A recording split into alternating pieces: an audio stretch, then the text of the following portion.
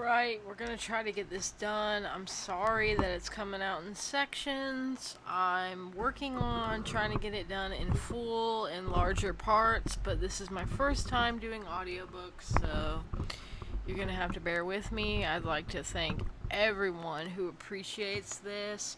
I have never seen Tracy Twyman's work done in this kind of audiobook form. So thank you guys for everybody who supports me. I'm working really hard behind the scenes. I'm working on writing articles. I'm trying to do all her books in audio form, and I love you. I thank you guys who have bared with me and just appreciated what I'm doing here. So here we go. I can't remember where we left off, so let's start here. In Mystery of the Cathedrals, Falconelli takes the last chapter to talk about alchemical concepts of the apocalypse. He speaks of destruction and regeneration of the world, as though it were an alchemical transformation, in which humanity must die and be dissolved into chaos.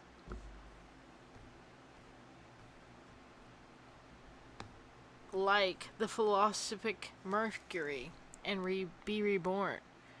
This discussion is sparked by his analysis in that chapter of a strange monument called the Cyclic Cross of Hendaye, found in a church courtyard in Basque, France. Falconelli writes in Mystery of the Cathedrals that, whatever its age, the Hendaye cross shows by the decoration of its pedestal that it is the strongest monument of primitive Millenarianism, the rarest symbolic translation of Chilasm which I have ever met. It is known that this doctrine, first accepted and then refuted by Origen, Saint Denis of Alexandria, and Saint Jerome, although it had not been condemned by the Church, was part of the esoteric tradition of the ancient Hermetic philosophy. By rearranging the oddly spaced letters of the message on the cross's stand, O crux ave spes unica, hail O cross, the only hope, he obtained the following hidden message. Illest ecrit que la via se refugia en un seul espace. It is written that life takes refuge in a single space. The meaning of this, says Falconelli, is that a country exists, whether death cannot reach man at the terrible time of the double cataclysm. As for the geographical location of this promised land, from which the elite will take part in the return of the Golden Age, it is up to us to find it. Their profound faith, their untiring perseverance and effort, will have earned for them the right to be promoted to the rank of disciples of the Christ light. They will bear his sign and will receive from him the mission of the renewing for the regenerated humanity, the chain of tradition of the humanity which has disappeared. Here is a depiction of the flood from the Metamorphosis of Ovid, which I have that book sitting over here. It's really interesting when you start digging into it. Okay. Oops. Alright, let me turn this.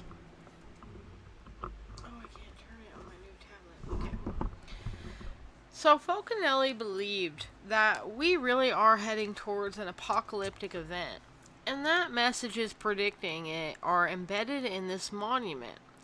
Moreover, he thought that alchemists and the other elite would be able to decode the symbols left behind by the initiates of the past to figure out a special country or space where they will be safe from the cataclysm.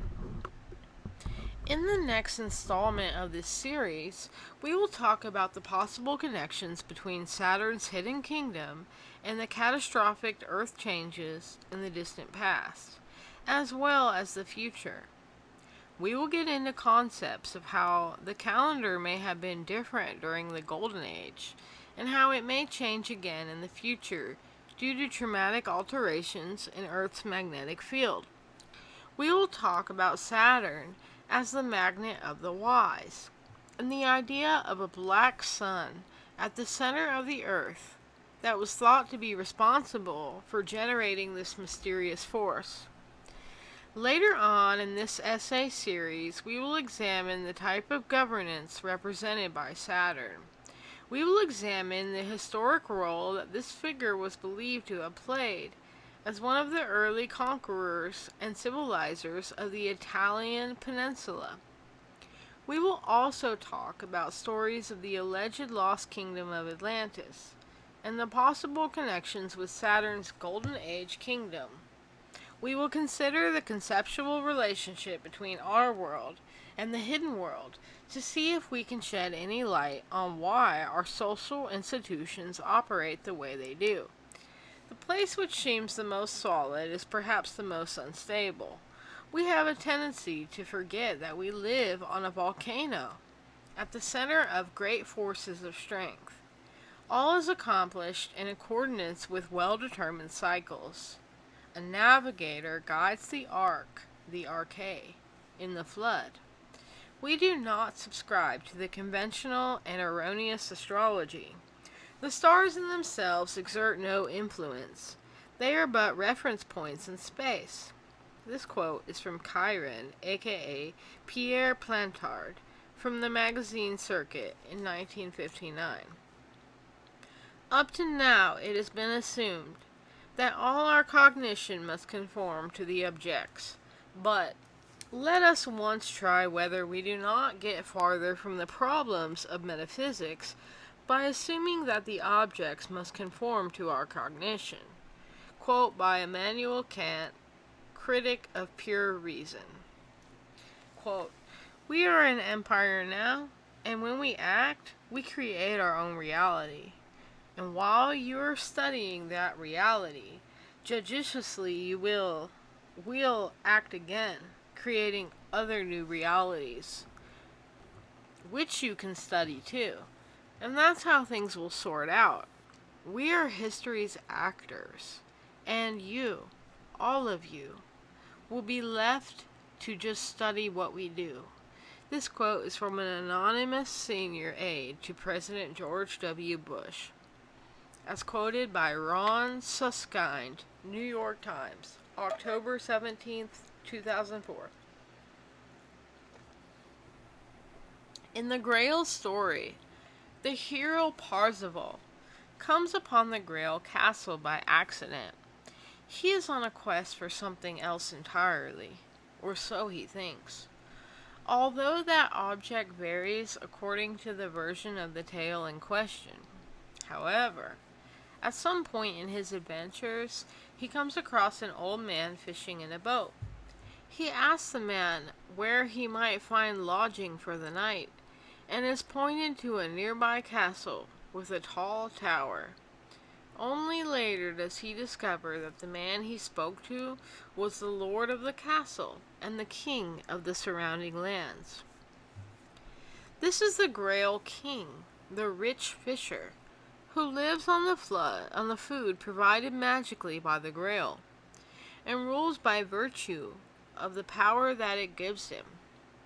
But his kingdom is sick, as he himself is sick, from a wound inflicted during battle with another king, to whom he is related biologically. Both the king and his kingdom are kept in a death-like dream state by the power of the Grail, but they suffer constantly because the king cannot be healed from his wound, called the dolorous stroke. The wound gets more painful when Saturn is ascendant in the heavens, and is said to be in the thigh, a phrase thought by many mythographers to be an euphemism for castration. Here's a picture of the dolorous stroke. If this is so, it might link him to Uranus, the God King, who was castrated and dethroned by his son Kronos, which is Saturn. However, there are also many figures in mythology, including the Greek blacksmith god Hephaestus, and the biblical patriarch Jacob, who became incurably wounded in the thigh at some point during their lives. The potential connection with Uranus, though, is interesting, since this god, whom the Chaldeans called Oannes, was depicted by them as a man who was half fish. But none of the details of a holy myth are ever presented by accident. There is a reason why Parzival is led to the Grail Castle by a man in a fishing boat who turns out to be king. That's because it was really Parzival he was fishing for. Jesus told his apostles, speaking of their training as miracle workers and evangelists, that he would teach them to be fishers of men.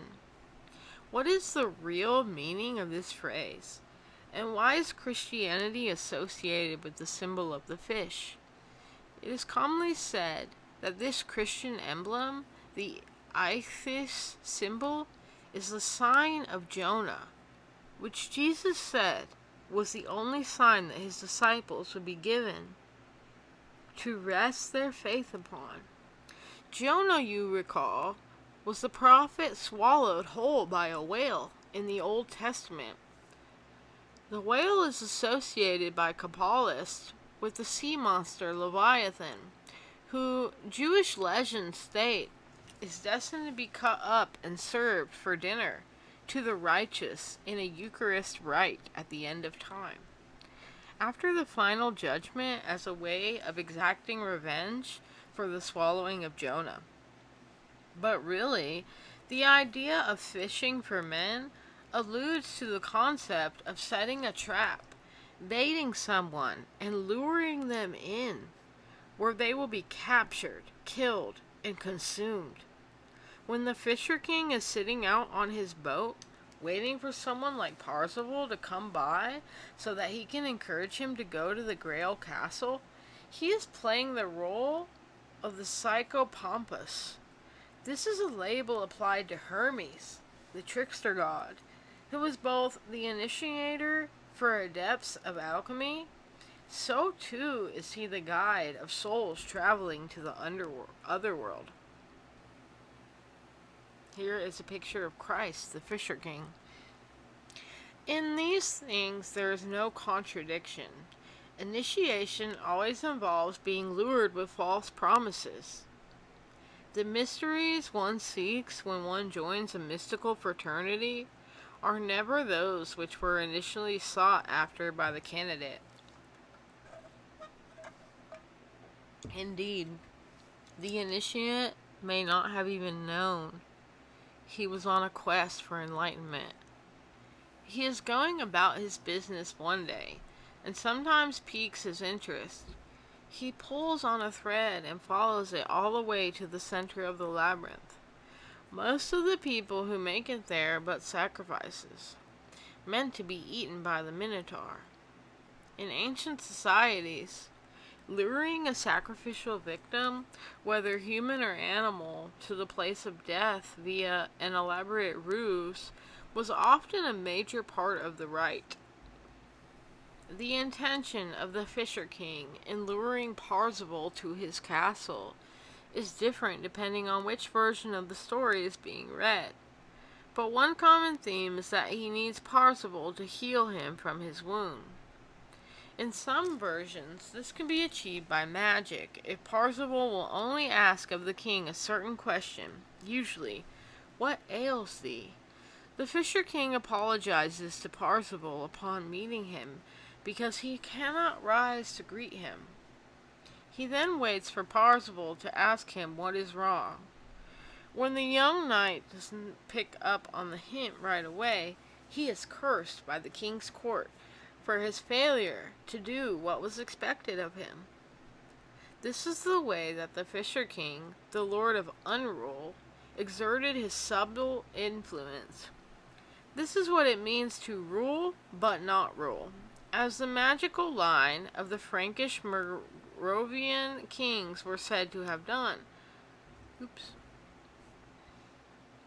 According to some Eastern mystics and proto-Nazi German magic orders, this describes the rule of the Lord of Earth, an eternally sleeping being who they believe to reside in the center of the world. From there, it was thought that he manipulated events on the surface world by subtly influencing his human adepts to do what he wanted through visions, dreams, oracles, and magic spells. The way in which Parzival was lured to the Grail Castle is similar to how Alice is enticed down the rabbit hole in Lewis Carroll's Alice Adventures in Wonderland. When she sees the white rabbit scurrying around, late for his appointment, she becomes curious about where he is going and follows him down his hole, failing a seemingly infinite distance. Similarly, a white salamander played a role in Joseph Smith's initiation, showing him the location of a magic hole where the golden tablets of Mormonism were buried. As if it were not already clear that this world underground is in fact the underworld. Alice makes it obvious that this is Saturn's kingdom when she asks, "What if I should fall right through the center of the earth and end up on the other side where everything is upside down?" When she finally reaches the bottom of the hole, Alice learns that in order to follow the rabbit into his lair, she must shrink in size so that she can fit through the door. This indicates the multidimensional nature of the underworld, which could fit into a single mustard seed, or could be larger than the entire universe.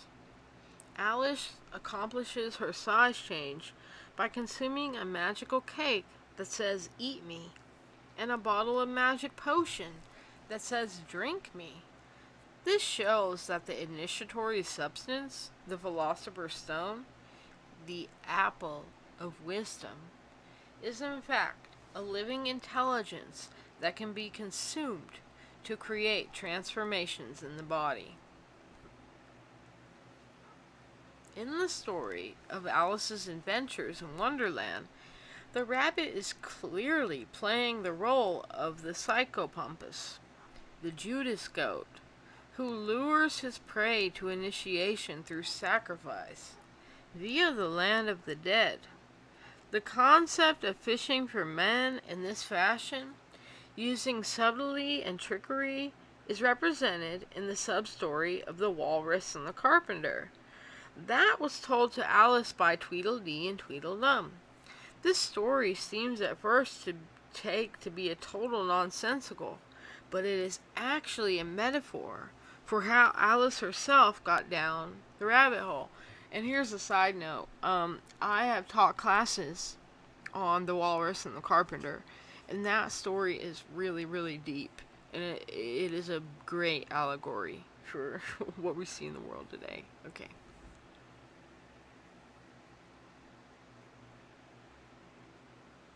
Okay. Perhaps like Persephone, eating the pomegranate seeds offered to her by her captor, Hades, it was Alice's consumption of these items that obliged her to remain for a spell in the underworld. A common theme also in Jewish folk tales about the underwater castle of Asmodeus, the king of demons.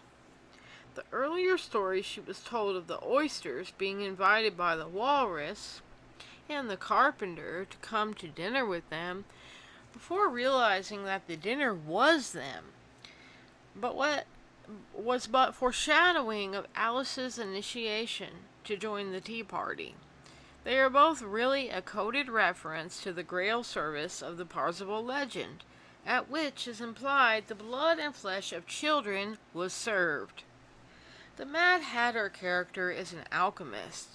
Hat makers, like alchemists, were one time a high risk of developing permanent brain damage as a result of breathing the vapors of the liquid mercury when they used in their trade. Significantly, the Hatter's Tea Party is being held in celebration of the unbirthday of the attendees. The negation of birth is apparently held holy in the topsy-turvy world of Wonderland. Here we see the mystical concept of preventing the birth of the king's heir by swallowing the newborn as it emerges from the womb, just as King Saturn did to his children. Thus, while they remained in his belly, they still technically had never been born, but were unborn. This is what is meant by the rabbit who is perpetually late, a euphemism for being dead. The fact that the rabbit's watch is said to be 2 days slow indicates that he and the other subjects of the kingdom may never have been born to begin with. So the unbirthday cake is given to Alice at the party may be a metaphor for the Epiphany cake or king cake discussed in the previous installment of this series, which itself was a representation of King Saturn eating his own children. Returning to the story of the curious oysters, the meaning of this metaphor was not lost on the screenwriters of Alice, a modern adaptation of Lewis Carroll's classic made to air on the Sci-Fi Channel. In this film, Wonderland is a parallel universe that Alice is lured to when her fiancé is kidnapped. There, the Queen of Hearts feeds off the souls of humans captured from our own world. They are lured into Wonderland just like Alice through the man-fishing process. And I don't know, here's a side note, I don't know if anyone has seen the breakdowns of Alice in Wonderland being the story of Sophia. This is the Gnostic story of Sophia and the Demiurge.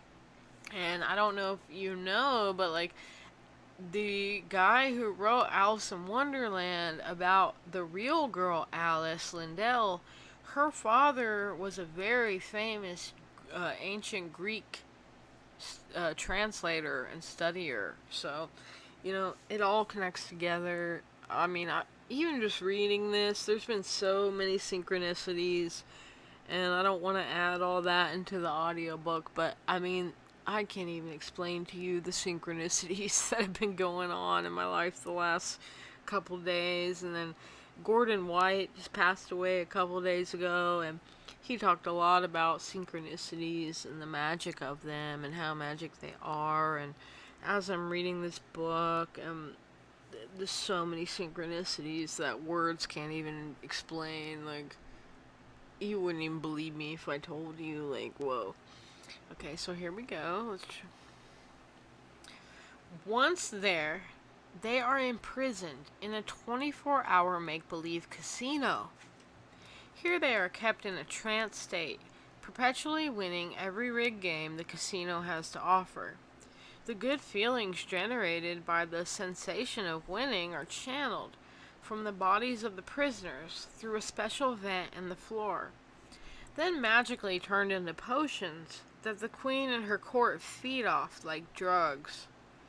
The people of Wonderland refer to their captive humans as oysters because of the precious pearls within their souls. The description of the Wonderland Casino prison on this Sci-Fi Channel program from 2009 resembles remarkably a metaphor used by economist Matt Kaiser, starting around the same time of the casino gulag, to describe the global economy. In his view, everyone in the peasant class here on Earth is forced to speculate with their earnings on the stock and bond market in order to avoid losing wealth every time the government inflates the fiat currency by alchemically printing more money. Since, like a casino, the game is rigged by the banking cartel, who can front-run the market with high-frequency trading and are insured against losses with government bailouts, They keep the gamer slaves playing by hypnotizing them with the prospect of being one in a million lucky slave who gets to win the jackpot.